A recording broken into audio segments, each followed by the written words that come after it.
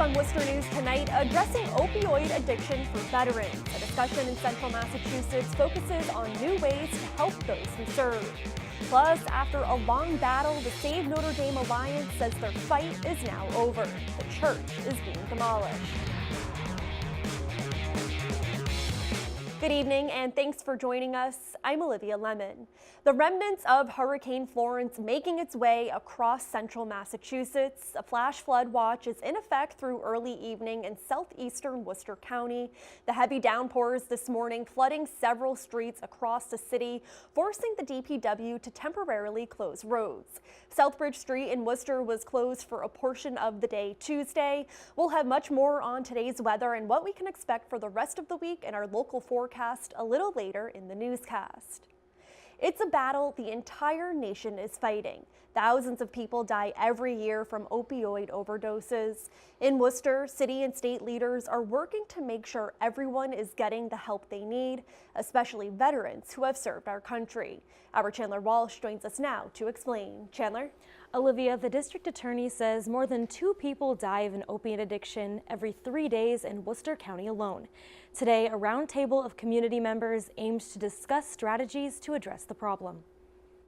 Opiate addiction is a problem Veterans Inc.'s Dennis Leary sees every day. We see approximately, 300 to 400 veterans a year going through just one of our programs. The Central Massachusetts organization runs the first vet-specific nonprofit treatment facility in the country. Leary says the opioid crisis is a nationwide problem, especially impacting veterans. They may be taking pain medication to help them get through the injury and the wounds of war. That pain medication sometimes over time can evolve into an opiate abuse problem. Leary was one expert at Tuesday's roundtable discussion on veterans and opiate addiction.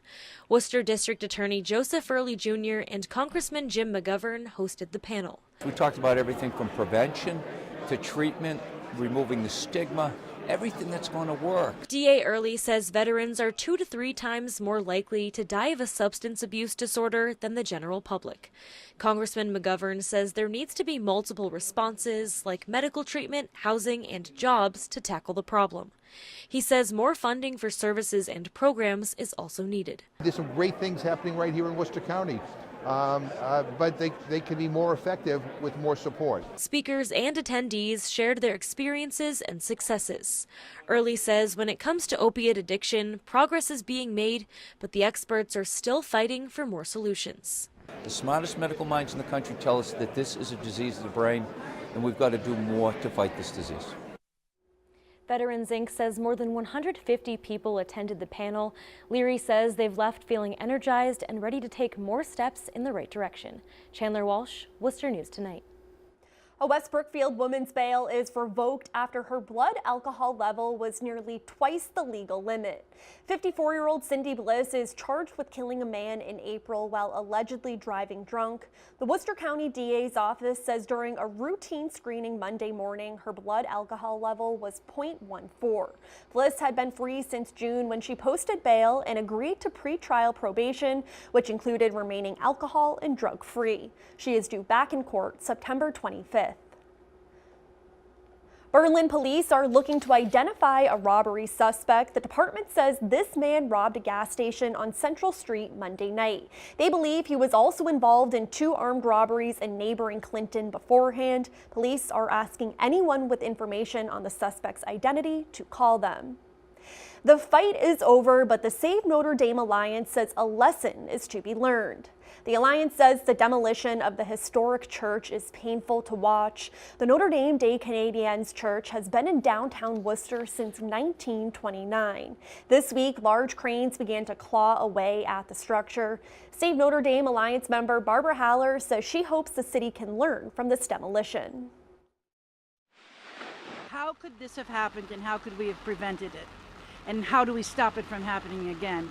Unfortunately, for many of us, this is the most beautiful building in the city of Worcester, and particularly in its location across from City Hall. And so we've lost a big one. We've lost a really, really big one.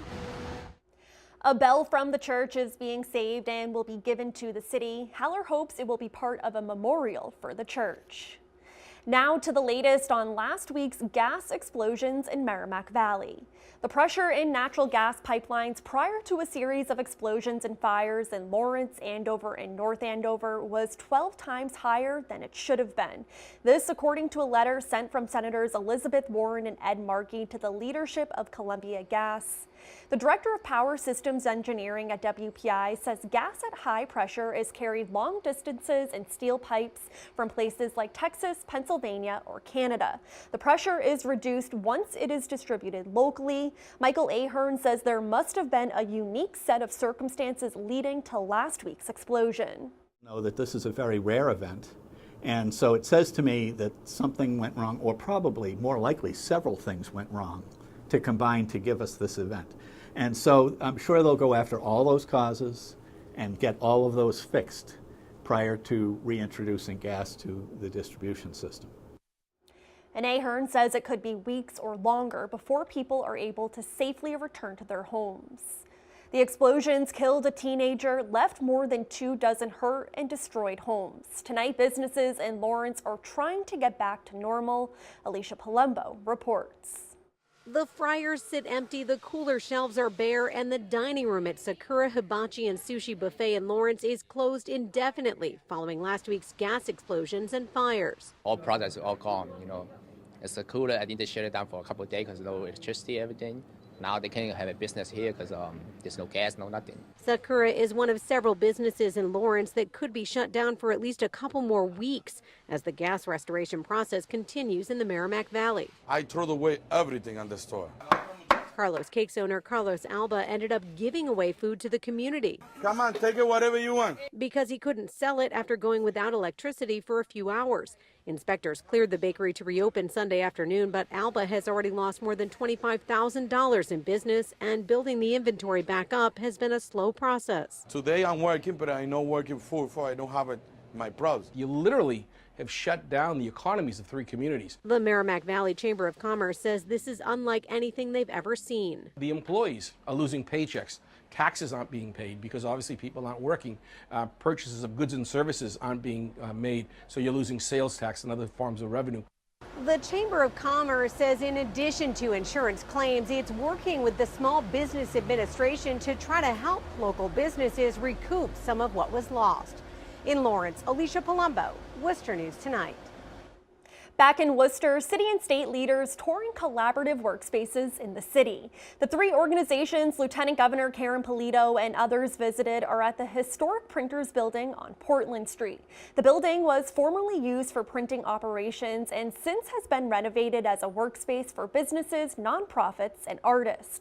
Polito says these workspaces are important to connect creators with a space to bring their ideas to the market. What we are looking for at the state level, though, is to see how we can take these collaborative workspaces, work with people in the community, engage the community, and then have these ideas turn into commercial organizations, turn into jobs, turn into businesses that stay in the community. And each of the organizations have received funding from the state's Collaborative Workspace program. State Democrats held a unity rally today to support Lori Trahan as she seeks to replace retiring Congresswoman Nikki Tsongas in the 3rd Congressional District. It comes just a day after an official recount verified Trahan beat runner-up Dan Coe by just 145 votes. Both Coe and Trahan were both at today's event at UMass Lowell.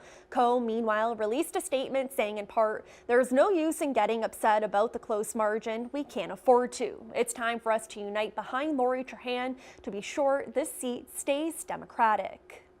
Well, mark your calendars, the Brew Beer Garden in Worcester is set to officially open this Friday.